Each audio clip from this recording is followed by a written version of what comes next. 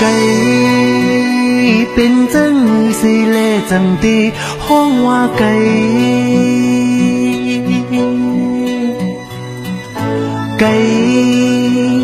đi ăn ẩm trang suốt tức ha chẳng hoa mắn cây cây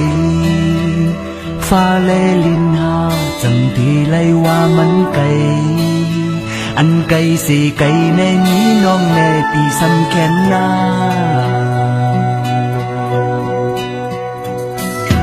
tâm bên chân xì lê chẳng đi hoang hoa chấm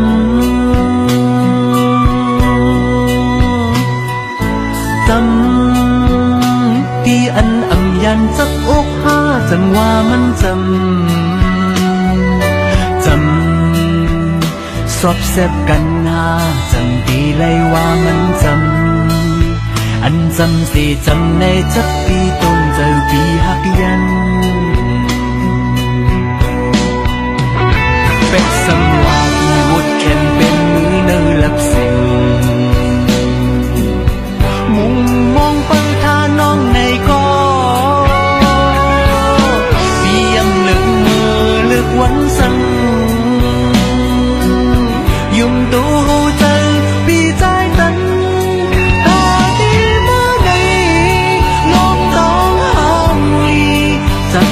nâng ca chấm cây nâng ca cây chấm nâng ca chấm cây nâng ca cây cây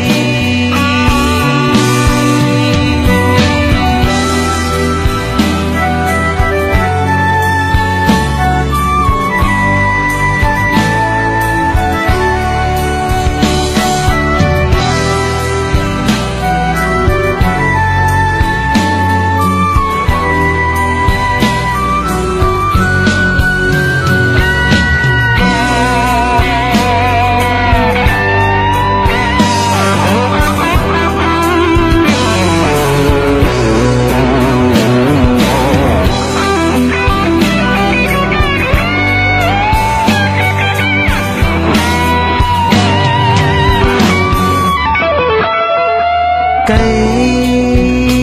bên chân người xì lê chẳng đi hoang hoa cây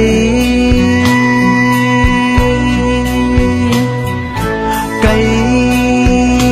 đi ăn ẩm trang suốt tức ha chẳng hoa mắn cây cây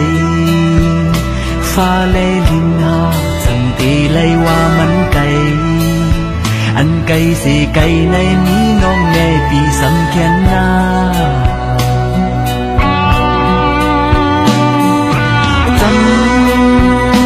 bên chân xì lê chẳng đi hoang hoa chấm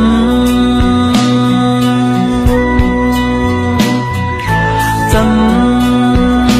đi ăn ẩm yan chắc ốc ha chẳng hoa mắn chấm xóp xếp căn ha chẳng đi lấy hoa mắn chấm ăn chấm gì chấm nè chấp